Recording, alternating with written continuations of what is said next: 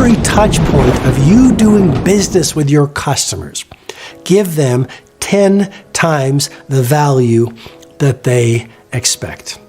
What comes to mind is my book, The 5 a.m. Club. I spent 4 years on The 5 a.m. Club. I rewrote it over 50 times. Every line I wanted it to be the absolute best I have to give to the world.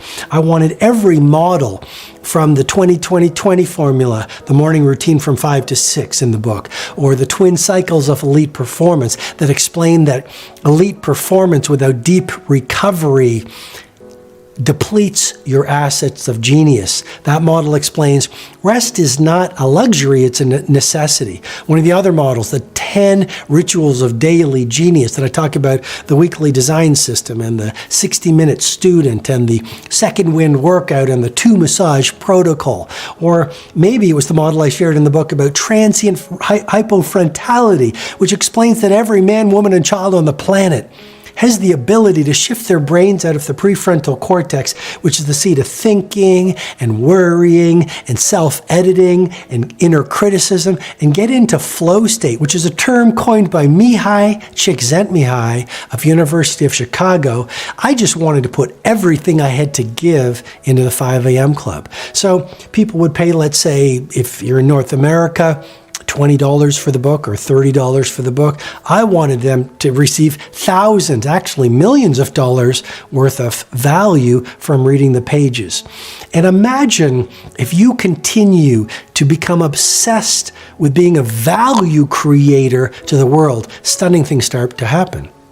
When you actually say to yourself, I want to give my customers, each one of them, 10 times the value that they expect, or even 100 times the value they expect. Well, here's what's going to happen. You will become a magic worker of sorts in a world where almost every person in business and so many people are just card-carrying members of the cult of mediocrity.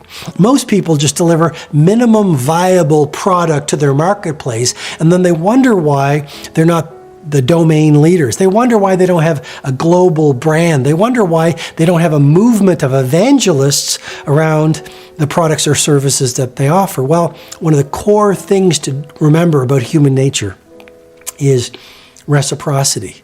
We almost cannot help but reply to good things that people do for us. And when you do good in the world, it not only builds self-respect and self-love in your heart. When you do good things in the world, the people that you serve see that your generosity needs to be replied. And so they become your fanatical followers. And these people who taste and use your products and consume your products, they see the love you've put into it and the craft and the mastery and the acumen and the energy